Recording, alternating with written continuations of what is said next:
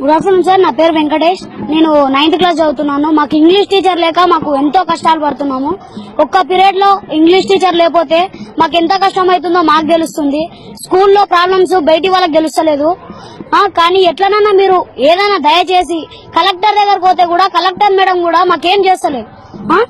అందుకనే మేము మీడియా వాళ్ళకి ఫోన్ చేసినాం సార్. ఈ రోజు పొద్దుగా చేస్తే ఈ రోజు మాకు ఇంగ్లీష్ టీచర్ కావాలని మేము పోరాడుతున్నాం సార్. మాకు అదే చేసి 10th క్లాస్ వాళ్ళు ఎగ్జామ్ ఎట్లా రాస్తారు సార్? ఇంగ్లీష్ టీచర్ లేకపోతే 10th క్లాస్ వాళ్ళు ఎట్లా రాస్తారు ఎగ్జామ్? సీసీ కెమెరా వస్తుంది. ఇప్పుడు ఒక్కడన్నా ఇట్లా వచ్చి ఇట్లా స్కూల్ దిక్కు చూస్తుర్రా? ఒక్కడు కూడా వస్తలేరు. సార్ వాళ్ళు చెప్తుంటే మీరేంది అంటారు. చెప్తుంటే ఒక్కరు కూడా వింటలేరు సార్. మా ప్రాబ్లం ఎవరు సాల్వ్ చేస్తారు సార్? మాకు 3 months అవుతుంది సార్. ఇట్లా మేము ఎన్ని దినాలని ఉండాలి సార్? ఇట్లా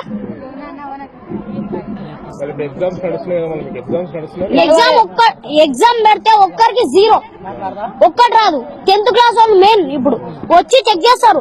ఎన్ని మార్క్స్ వస్తాయి మీకు? 20 మార్క్స్ స్కూల్లో ఉంటాయి కదా సార్. 20 మార్క్స్ స్కూల్లో ఉన్నప్పుడు ఒక్క మార్క్ రాకపోతే ఆడ ఏం రాస్తారు సార్? ఫెయిల్ అని ఇస్తారు. వాడు ఎవరన్నా వచ్చి ఇస్తారా?